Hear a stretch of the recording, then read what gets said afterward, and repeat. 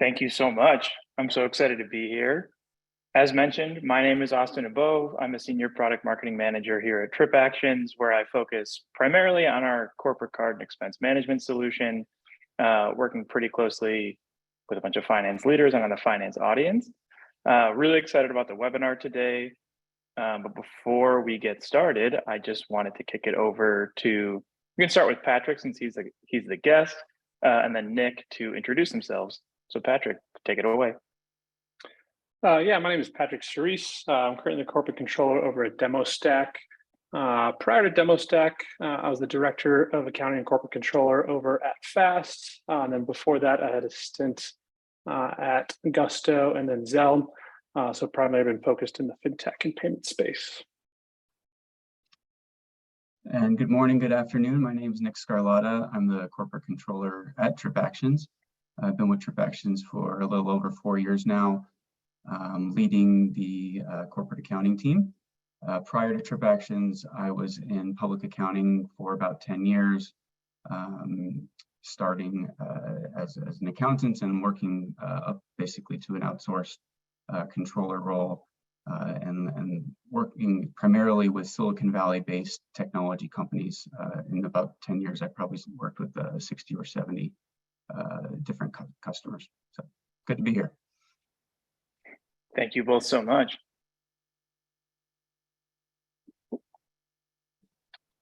So the agenda for today is going to be pretty straightforward. We're going to start by explaining the modern business traveler and how that person has actually changed as a result of some changes that went on in the world. What's top of mind for CFOs right now, hinting at why legacy T&E or travel and expense is broken. And then our 5 secrets to driving down costs and boosting productivity right now. Before I get started on the content itself, I wanted to do a poll for the audience here. And the poll question is, how many technology vendors or apps do you use for your entire business trip experience? So that could be anything from booking travel to paying for your meals, submitting your expense reports, closing the books every month. The poll question should be up for about a minute.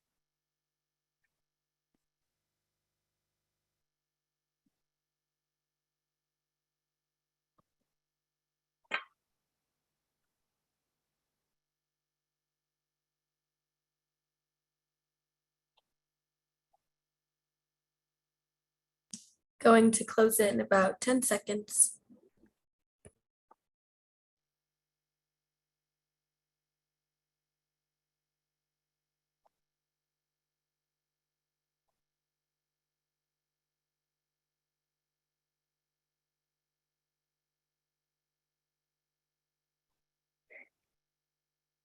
Perfect.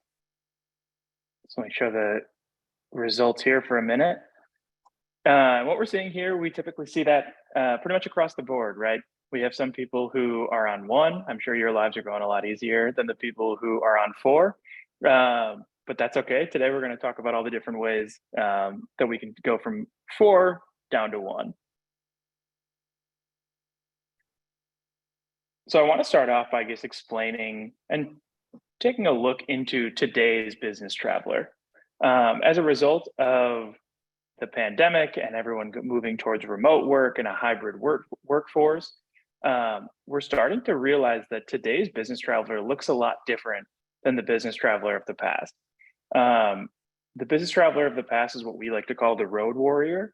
I started my career in sales, so I actually was one at one point. And we used to think of these people as like sales reps who would go to conferences or get on the plane and go to a customer and meet them in person.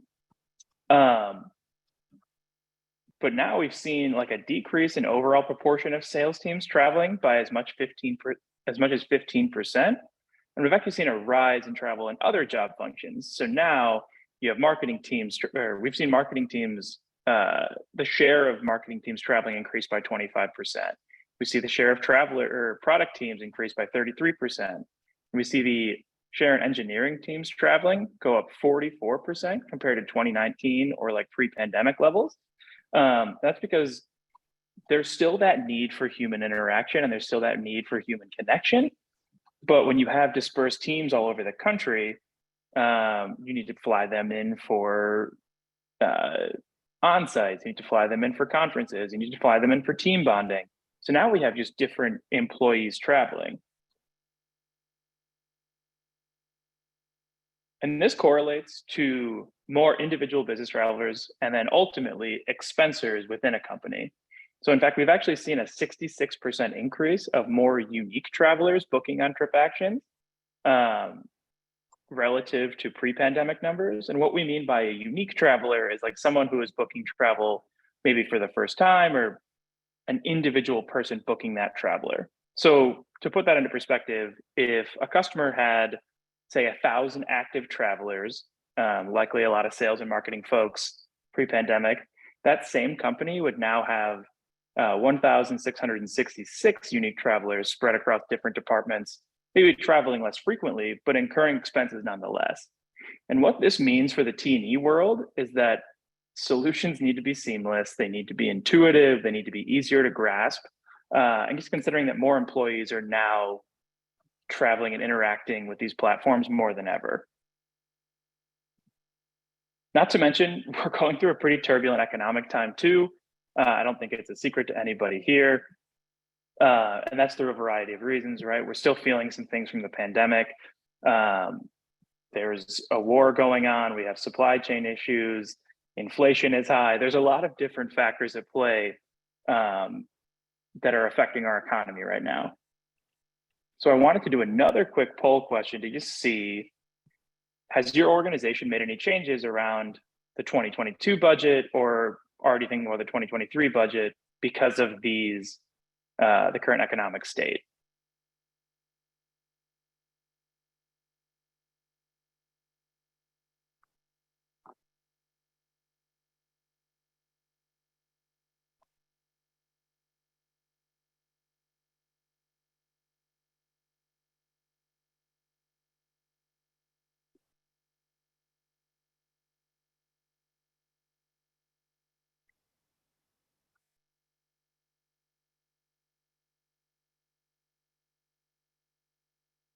Gonna close the poll in about 10 seconds.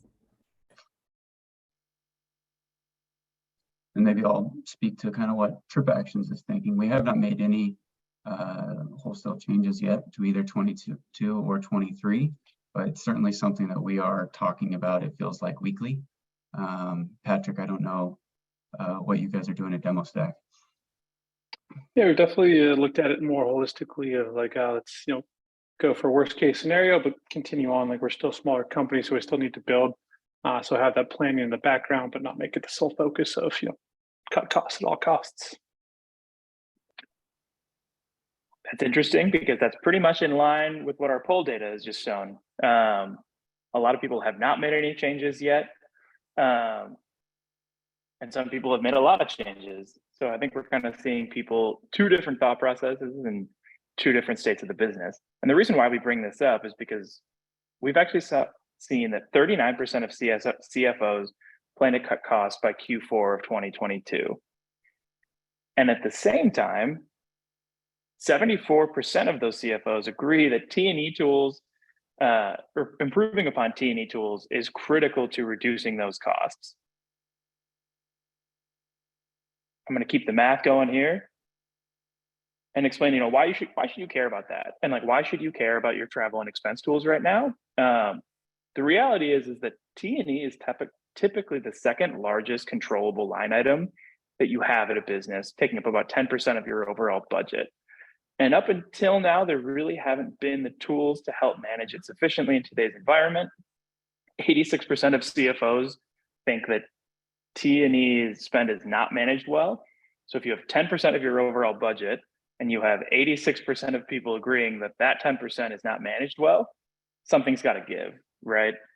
And the reason why things haven't been managed well is because the old way of doing things is kind of broken, and legacy T&E tools typically slow a business down. So we did this is from a comprehensive study from Forrester that showed us that with traditional T&E tools, the average cost to process one expense report is $58. once that expense report is processed, there's still about 19% of them still have errors to report. So not only did you spend $58 to do something, about a fifth of those things need to be corrected and have been done wrong. And at the end of the day, because of all of these inconsistencies, because of these legacy tools, because of the inaccuracy, a business spends around 13.6 hours per business trip, whether it's to book travel, whether it's to manage that travel, whether it's to process an expense report. 13.6 hours for just one business trip. Think about how much time that's wasting for an entire company altogether. And I want to do our last poll here and just ask, what would make your business travel, your company, even more convenient for you and your team logistically?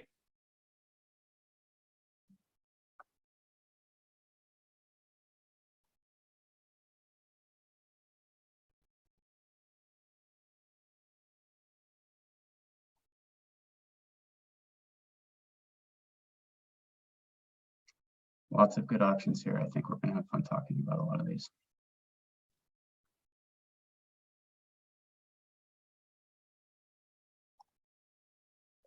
Gonna be up for around 15 more seconds.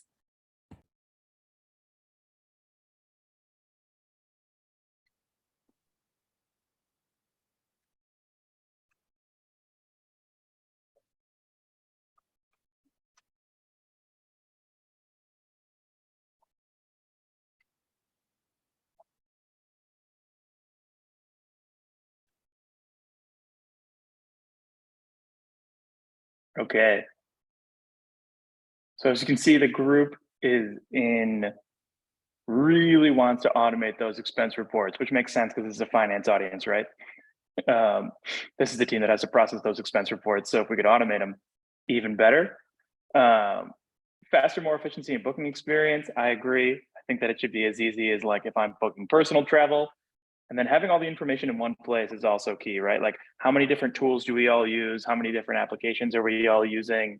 My email's a black hole, just like I'm sure your emails are black holes. To have it all in one place would be very convenient.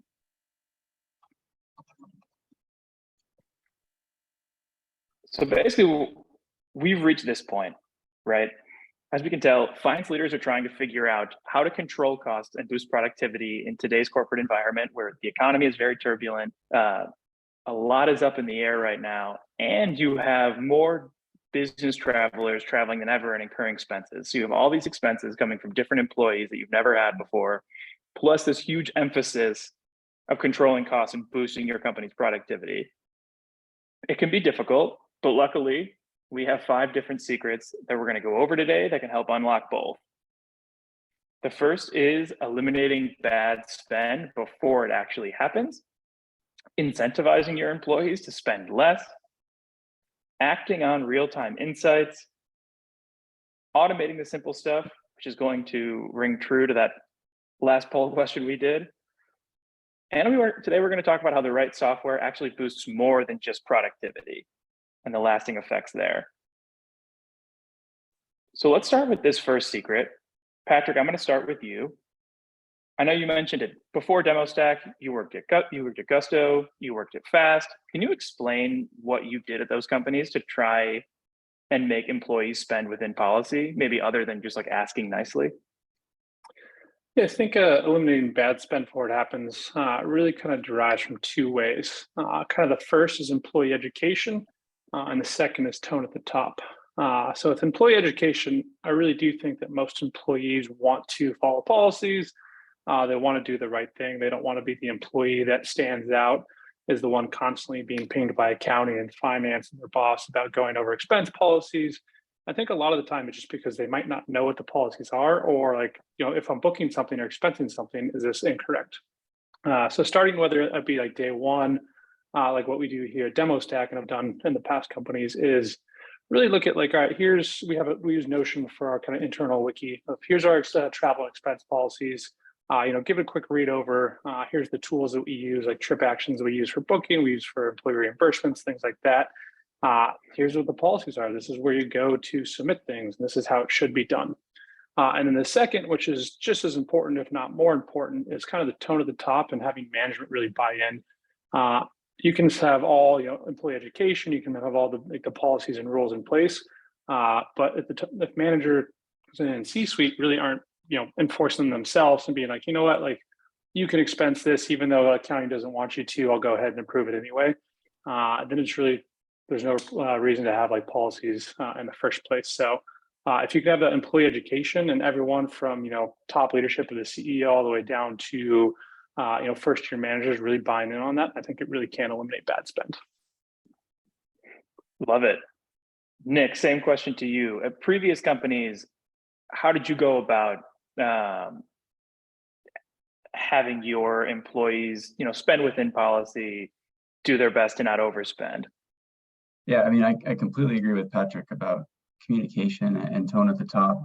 I think to achieve those things, it requires quite an investment from the finance team, whether it's circulating the travel and expense policy regularly, investing in onboarding, or waiting for bad spend to happen and then following up with policy offenders.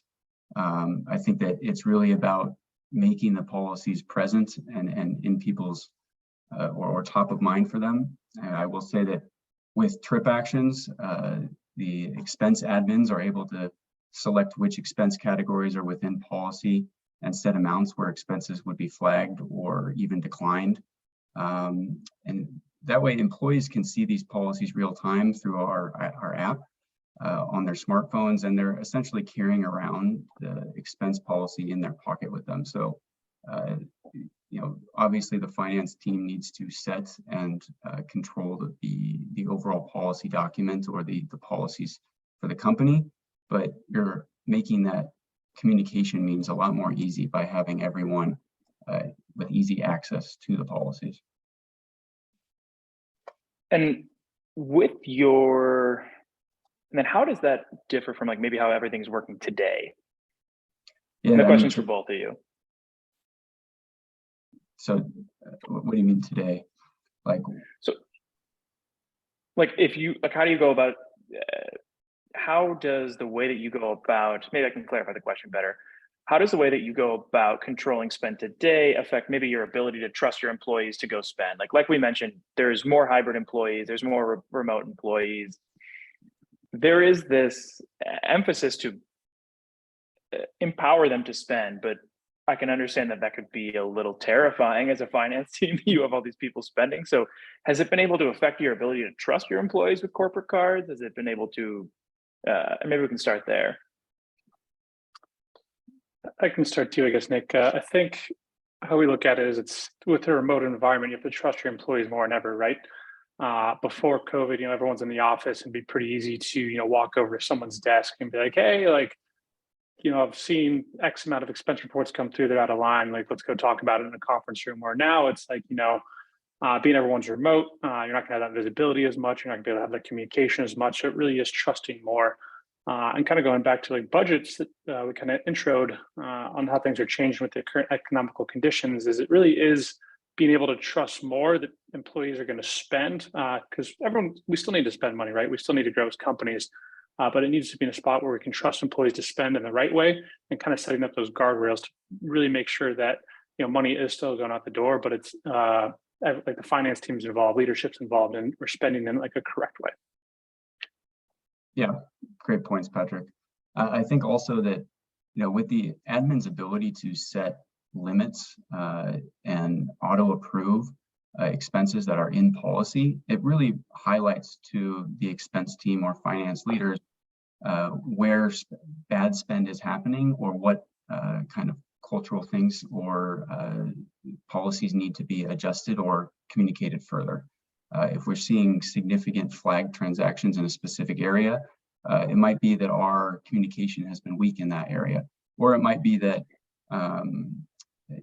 we have a cultural issue that needs to be ironed out within a specific team or organization. So I think that with the tools, it highlights things faster for the finance team. We don't have to wait as long to kind of react to things. That's the name of the game, right? Of course. Perfect. So I'm going to move on to the second secret here, and that's incentivizing employees to spend less. And the reason why I put this one second is because I feel like the second secret kind of plays into the first secret a little bit, because if the first secret was, expense policy and policy compliance and how to get your employees to kind of play nice, this secret is about getting them to actually spend less than what is the maximum amount, right? So I know that this can be a very nuanced topic. It can almost seem like it's impossible, right? Because I've been that person before. I usually try and find the best flight or the nicest hotel that I can get and get it within like $1 of my spend limit. So Nick, I'll start with you. Have you, at previous companies before Trip Actions, was there anything that you were able to do to get employees to spend lower than the maximum policy allowed? Yeah, this one was always a challenge. I think that some of the things that we talked about earlier about communication and investing in employee, the knowledge base that employees are exposed to is super important. And as finance leaders, we can stress the importance of being a good corporate citizen. But ultimately, it felt like it always, in my experience, it always came down to just pleading to the employee base to either think about how they were spending or to stop spending in the way that they were. We tried to do things, some quarterly incentives, whether that was gift cards or parties for teams that were the quote unquote most responsible. We found that those were time intensive for the finance department to even find out or figure out who was the winner. There was unclear success metrics. And we found that kind of over time, there was really a low impact because only a certain few individuals were being recognized, and engagement just kind of decreased over time as the message just kept falling on deaf ears. So it's definitely a challenge in an unmanaged environment where there's not a centralized tool that you can either communicate or force policy through. Definitely. So Patrick, I'm curious, I'm sure your experience in that realm is similar to what Nick just said at previous companies. I'm curious how you go about incentivizing employees to spend less now. Yeah, I'll give an example kind of pre the implementation I had with Trip Actions and then post Trip Actions. So just as Nick said, it's like really hard. So if you set a policy, say $300 a night for hotels, flights should be under $500. I actually had a manager at one of my past companies who wasn't finance even say like, hey, like if you're not maxing out that $300 per night for a hotel room, you're leaving money on the table and you're leaving benefits on the table that other employees might take advantage of. So like, why should you be incentivized to spend less? So you can try to adjust the policy of like, all right, cool, if $300 is too much, everyone's maxing out, let's go to 250, but everyone's going to still do that. So that's not really an incentivization to spend less. I think I had one employee tell me he was always maxing out that $300 per night. And he said, well, the speed limit's 75. I can't get a ticket if I'm going 75. So you can't really, I'm not doing anything wrong here, which is kind of true. That you're not technically breaking the rules, you're just maxing them out. So it's really impossible to incentivize when that's what the policy is. Well, post Trip Actions, and a feature that I think is pretty ingenious that Trip Actions has integrated with it is when you go to book a trip, you set your policy, say that $300 per night, the $500 for a flight, whatever it may be. When the employee base goes to book whatever travel they need to book, there's a nice little pop-up that comes underneath of it. It says, like, hey, like, if you stay at the Ritz-Carlton, that's great. That's still in policy. But if you go stay at the Embassy Suites down the street, it's still rated quite nicely. And you're going to earn a $150 gift card to Amazon or Visa, whatever it may be, which I think is a great way to do it, because now employees are like, I'm fine, staying at the Radisson or the Embassy Suites, whatever it may be. And now I get to, cash out a little bit more. So I'm not even working. I can go home and get something like that new coffee maker I wanted or whatever it may be. So I'm still kind of not gaming the system, but taking advantage fully of what the benefits offer from the company. So I think that's a really ingenious way to kind of incentivize employees to spend less. It's kind of the win-win, right? Like if I'm an employee, I'll do what's best for the company. I'll always try and do what's best for the company, but the best way to get me to do something at work is to pay me to do it, right? So it's kind of the win-win. where the business is going to save money and I'm going to get rewarded for helping them. Yeah, I mean, I think that, anytime an employee can see immediate gains to them, whether it's, in this case, financial, it's very clear kind of what the options are. And, as the controller, I can see what the budget for the trip could have been and what the employee spends. So I'm very easily able to share these savings with my CFO and highlight, the value of the Trip Actions platform, but also to kind of show which teams are leaning into this benefit as well. Which brings me into our next secret, which is being able to act on real-time insights. And I wanted to touch on how, like, I'm in marketing, right? So like real-time visibility and real-time insights, they're very buzzy terms within the industry right now. So I wanted to be able to have us look at acting on real-time insights in terms of practical application. So Patrick, I want to start with you. Can you explain what type of spend insights you've had at a previous company, maybe how long it would take for you to get them, how up to date they were when you finally got them, and what that entire process looked like? Yeah, I think up until the last couple of years, like accounting and finance tools are almost like a second thought. All these software companies are building tools for engineering and like product and marketing and all the customer facing things. And finance was kind of like the forgotten child. Where I feel like, companies like Trip Actions have been coming out with actual tools like, hey, there's a huge space here for automation and a huge space for real-time insights. What I've seen, like when I was an auditor, most companies obviously close their books at the end of the month. They don't go through, on a weekly basis and see what they're spending. Finance can try to pull some reports, but it's not going to match like their GL. So it really is a lot of real-time insights weren't happening until, the first business week of the month after that month.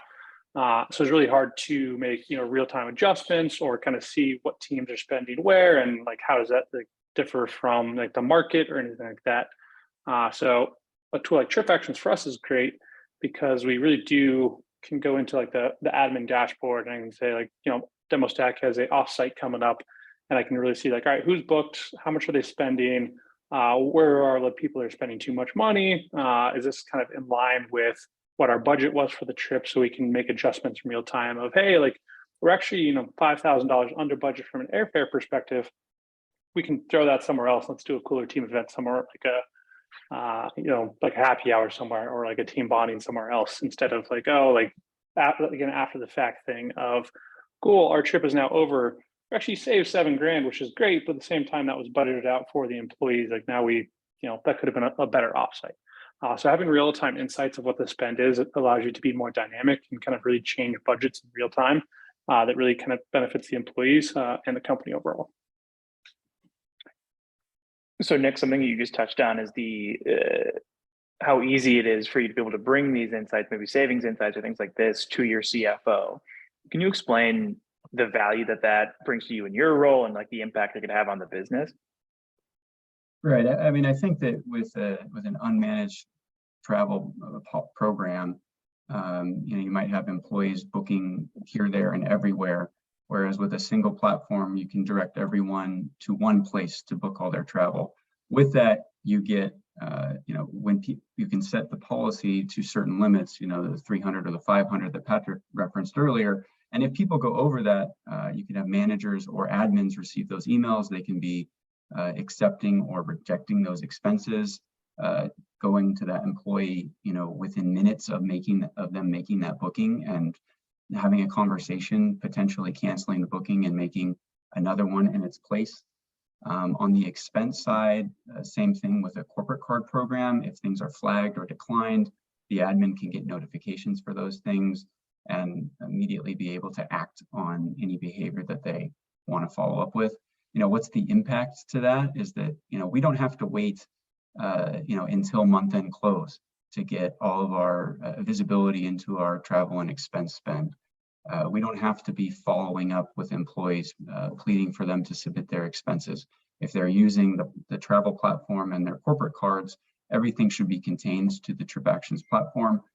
We're then able to look mid-month or even, the week before close, and start to understand about where the numbers are going to settle, maybe see some trends, start having conversations amongst the management team about where we're going to land for the month, or what we want to attack in the coming month or quarter.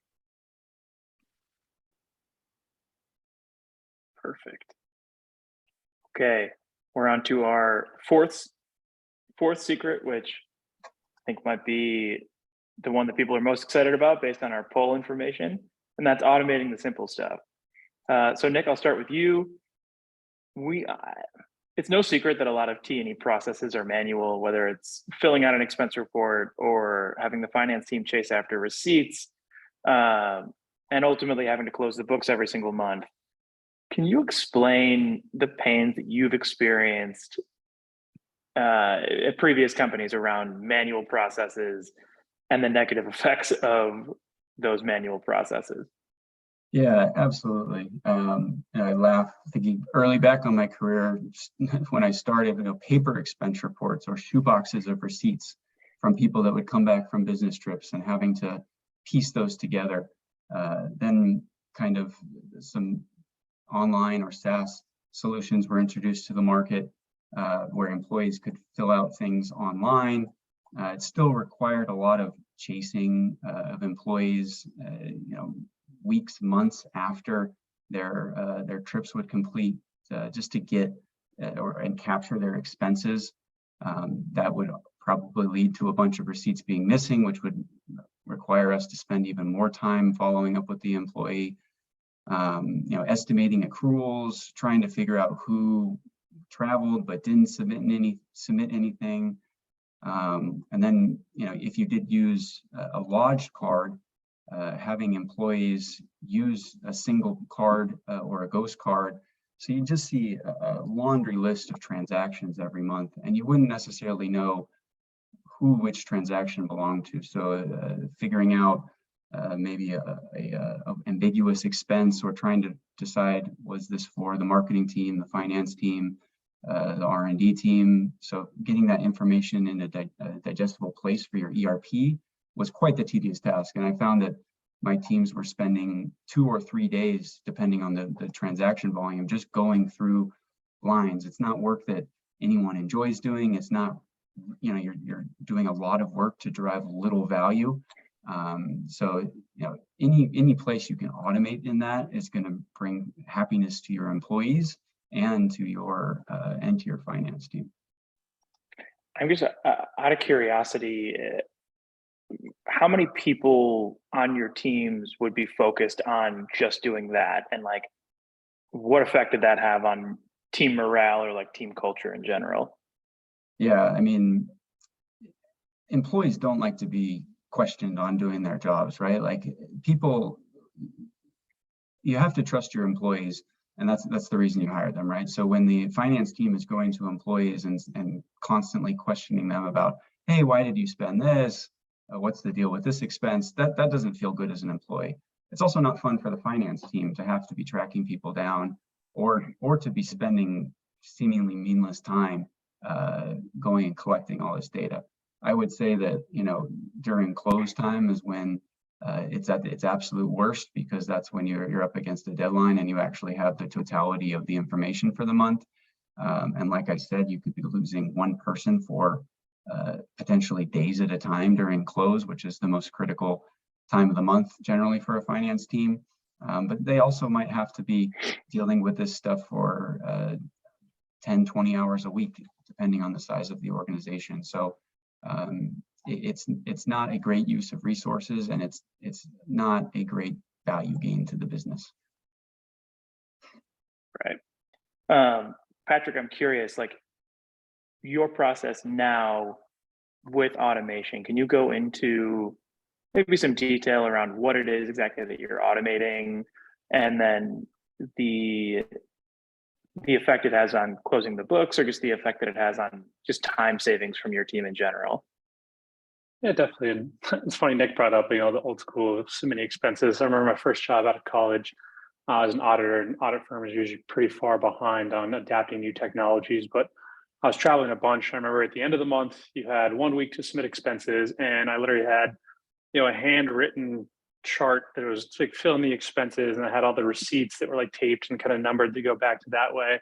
And then I had to go to my manager's desk and have him physically sign the paper, and then I had to sign the paper, and then I had to go to, we had not a bookkeeper, essentially a reimbursement person that you put it on her desk.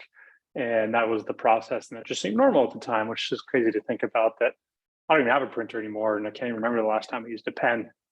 But I think automation and it really comes from two perspectives. It's one, the employee's perspective, and then one, the back office and the finance folks.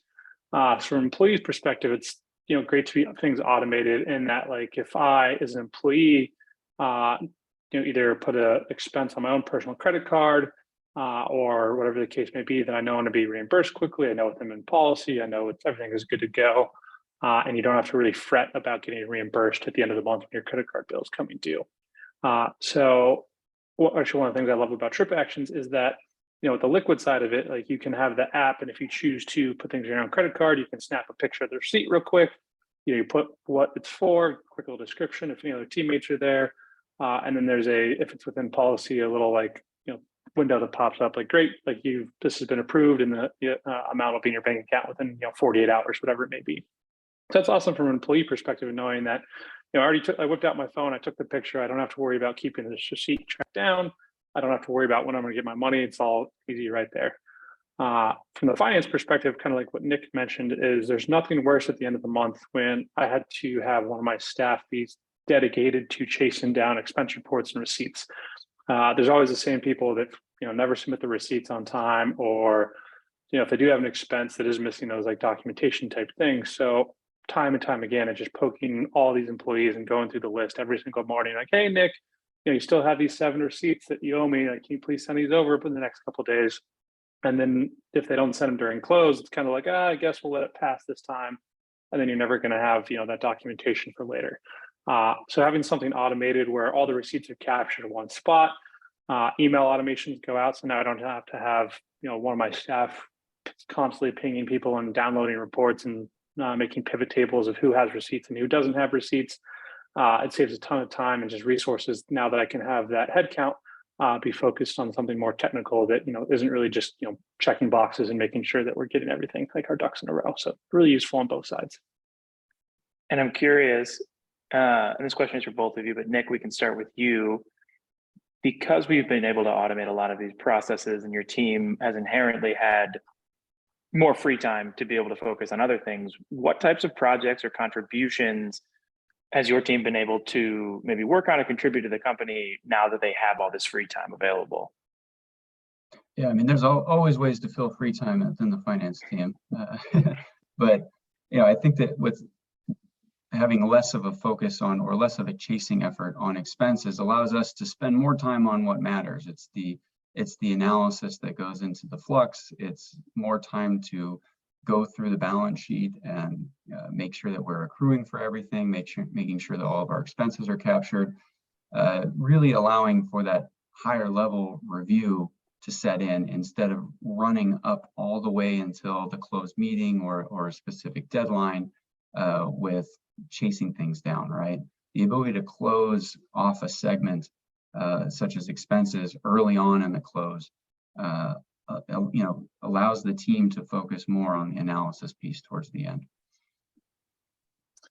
Yeah, I've seen it not only from being able to focus on the more technical and challenging things, but also kind of saves the company money. I know past companies, both at Fast and at Gusto, that we contracted out from a firm of I don't need a full-time headcount to go through and do expenses.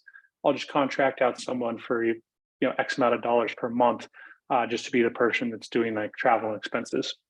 Now that we don't have to have that headcount, now it's saving $4,000, $5,000, $6,000 a month on headcount costs that someone was going through and just doing really simple kind of data checking boxes. And now we can allocate those resources to other things that are more valuable to the company instead of just being the expense police. Love it. And I think this leads really nicely into our fifth secret, which is how the right software can boost more than just productivity. Back when I was in sales, I used to do this very corny thing where I would ask a customer if a tree falls and nobody is around to hear it, does it even make a sound? But I would ask it in terms of buying software, right? So it's like, if you buy software and nobody actually uses it, does it even solve the problem that you purchased it for? And my point was around adoption there, because there's a lot of powerful software out there, but it doesn't necessarily matter how powerful it is if it's not used. So Patrick, I'll start with you. Can you explain the impact of picking the right software and the impact that it has from both a front office employee standpoint and even a back office team perspective? Yeah, I'd mentioned just not that long ago how it's like, while the back office, like the finance teams and accounting teams were kind of forgotten about in the software space. And then I think that everyone realized that there was a ton of opportunities. So now there's a plethora of tools. And sometimes companies take too much advantage of that, where you have, a tool to book travel, you have a tool to get a virtual card, you have a tool to, submit expenses, and you have a tool to submit travel expenses. There's like 13 different softwares you can possibly have. That now it's like, well, now I have too many options to choose from, which is just as bad as not enough options to choose from, because you kind of forget what you're supposed to do, where you're supposed to, submit the right expense, book the right things. So kind of how I've always gone about picking the right software is really, demoing all like the available options that are out there, and kind of pick the option that gives us the most amount of power and the most amount of capabilities within one tool itself.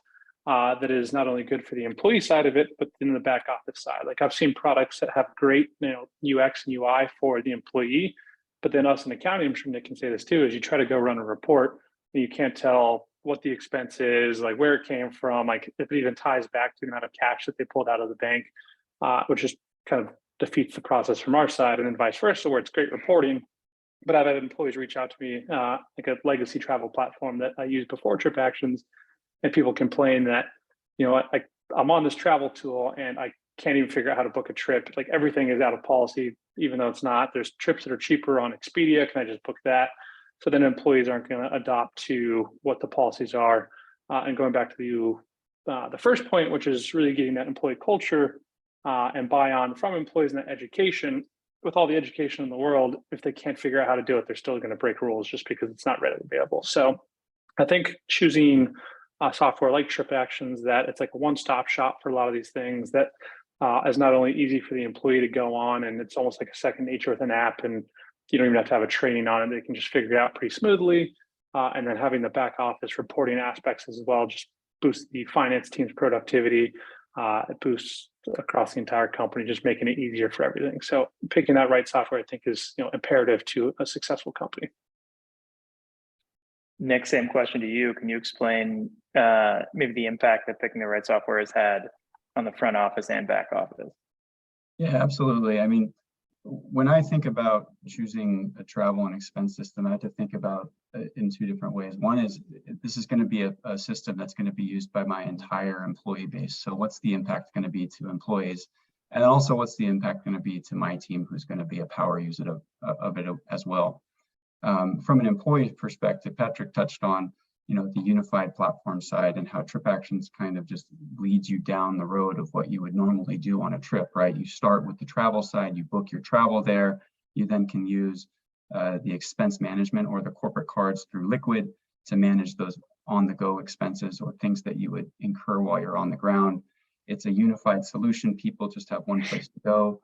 I think that using that one solution builds, I don't want to say camaraderie, but people talk about what systems they use. So when people can easily talk about a single solution, or ask their neighbor or someone on a productivity tool, hey, how do I do this? Or have you ever tried this before? And everyone knows what they're talking about. It makes the piece of software that much more a part of the company culture. And then we've talked about on the finance side about the reporting gains, the policy capabilities that you can set up to make the employee base more aware of what's expected of them. You can pivot on the fly by changing those amounts and quickly communicating it to employees. You can act on real-time insights to allow management to make informed decisions, both real-time and at reporting periods. So I think that TripActions allows both that employee side and the finance side to up-level their games holistically. Perfect. So now that we're done with the secrets, I wanted to open it up to a Q&A to see if the group has any questions.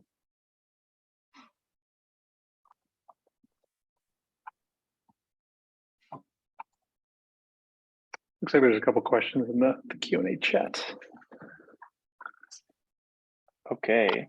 The first is, how has corporate travel expenses either been reduced or received cost cuts due to the global epidemic? Yeah, I think I can start. I wouldn't say budgets were cut necessarily. This is more like when I was at Gusto, for example, we paused all travel more from like a safety thing, not a budgetary thing. So now that we're kind of on the back end of COVID and travel is back up to pre-pandemic levels, according to your slides, is that now we're just seeing a shift to where costs were spent. Like you've talked about how it used to be those road warriors and the sales team going out.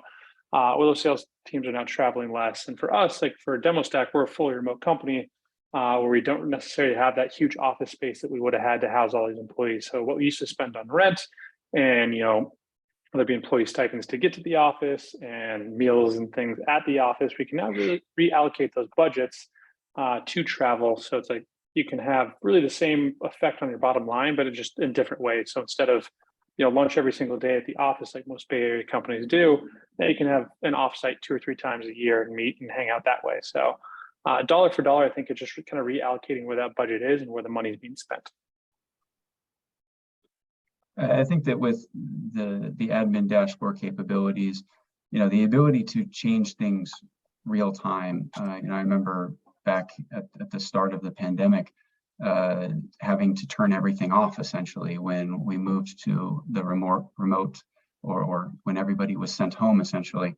And leaving those things off and being employees not being able to spend, which was both for their safety and also for controls as well, to make sure that those tools were not being used at that time. And then, as we've opened up our travel budgets, as we've asked employees to return to the offices, to traveling, being able to release those things slowly, choosing which policies we open up, slowly increasing amounts over time if we're wanting people to travel more and more. So I think that the ability to control policy within the platform, which is pushed to all the users, allows everyone the visibility and the budget that they need. Love it. Another question here is, have we seen the switch to a more remote or maybe a hybrid workforce enable corporations to save money naturally, just because you have less people in the office, you have less people traveling? Like, have you seen anything like that? Patrick? I'd say it's gone the other way for us, being that we are fully remote. It used to be, like you said in the last question, it was those road warriors. Like I remember when I was at Gusto, we essentially had a travel policy that's like, unless you had a specific business reason to travel, which is a software payroll company, there's not like a lot of reasons for probably 90% of the company to travel. So it's like we didn't really have as much travel. Whereas now at DemoStack, being that we are fully remote, we try to save money where we can by implementing those policies to like the incentives via trip actions, or we have a policy that unless there's a really specific use case, all travel must be booked at least 14 days in advance to kind of take advantage of the best prices that you can. Even though we've all traveled recently in airfare, there's no such thing as a good price anymore. But travel is up across the board, and it's I think it's planned and budgeted that way just so you can have that in-person interaction that office work has really kind of seen transition to remote and not really get that face-to-face interaction. Yeah, I think that we've heard from a lot of different customers, and it's interesting, as some customers have pushed more towards a remote workforce, they've been able to save on their rent or facilities expenses, and some are just enjoying those savings. Some are shifting some of those savings to their teams to be able to travel a little bit more, to do in-person events or to keep those in-person connections alive. I think that with shifting to a remote workforce, the ability to, push the policy or make the policy known is critical now, because to Patrick said, you might have only had 10% of your workforce traveling before. Now you have a lot more people that need to know the policy or are going to be asking questions about it. And I think that as teams want to get together, having that single tool for everyone to use is critical. And one way Trip Actions plug that I really like for saving money on travel or making it easier is that we just utilize the group travel function, and that, for an offsite where there's, 40 employees coming from across the country, and then more internationally, instead of, employees having the ability to book last second or book all different hotels, it might be more expensive or not. Group travel has been an awesome feature that, you can pick the hotel, you can get everything done for that way. You can just take the poll and all right, who's coming. So then everyone's staying at the same hotel. You usually get better rates if you book, up locker rooms versus, ad hoc one at a time. And also with, sending out the dates of what our offsites are going to be, say Monday through Friday, and allowing employees to book within that time frame, then we can ensure employees are really, booking the best possible rates ahead of time. Maybe not booking or flying out like on a Saturday or whatever it may be. It's usually more expensive. So we found having that control and being able to kind of set parameters around travel has really helped us save money as well. Perfect. We have one other question, which I think is pretty interesting. Has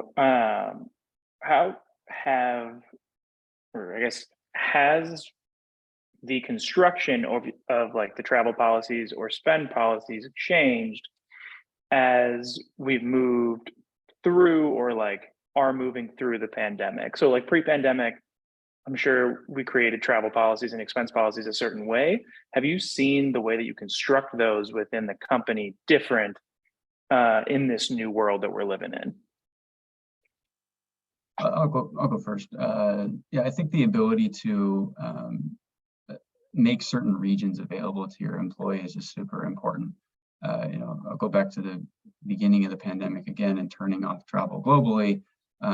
Now you can, if there's certain areas of the world that you don't want your travelers going to because of health concerns or because of business concerns, those can be enabled or disabled, and really highlighting, what's available to the employee. Yeah, ours is essentially just kind of, because we are remote, and we talked about earlier, communication is key. So I think how ours has changed is that it used to be like, we never had finance or accounting come on those, onboarding calls with everyone and saying, hey, this is where our T&E policy is. It'd just be like, someone to roll their desk over and be like, hey, I'm booking a trip next week. What are our policies there? So I think we've just put more and more emphasis in creating a clear and concise, like one place where our policies live, and you can go into detail with it. And then kind of duplicating that within our Trip Actions platform, of really just making that communication of these is what our policies are, this is what we allow. Like, we do encourage travel, we do encourage meeting up in person, but we just have to do it in a safe and smart way. I think I saw one of the questions was that some companies say treat your money as your own, and we have a saying here. It's like, we are all builders, like we are all owners of the company. Most companies, give equity and stock options, so the better the company does, the better you're doing personally. So you should treat it that way of, just because you have, X amount of dollars to spend, doesn't mean you should. Like, if treat it as your own money, and if you would only stay here, if you'd only spend this much, and you'd only, go to lunch at these certain places, that behavior shouldn't change that just because someone else is paying for it, right? So I think over communication is probably the biggest thing that's changed for us post pandemic. Love it. So I think that is all the questions that we have from the Q&A, unless there's any last minute questions out there. No? Well, with that, I would just like to give us a big thank you to both Patrick and Nick for taking the time to bestow their insight and industry knowledge with us. And thank everybody as well for attending. If you want any more information or have any questions, please feel free to contact us. all of the contact information can be seen right here. And thank you. We hope to see you again soon.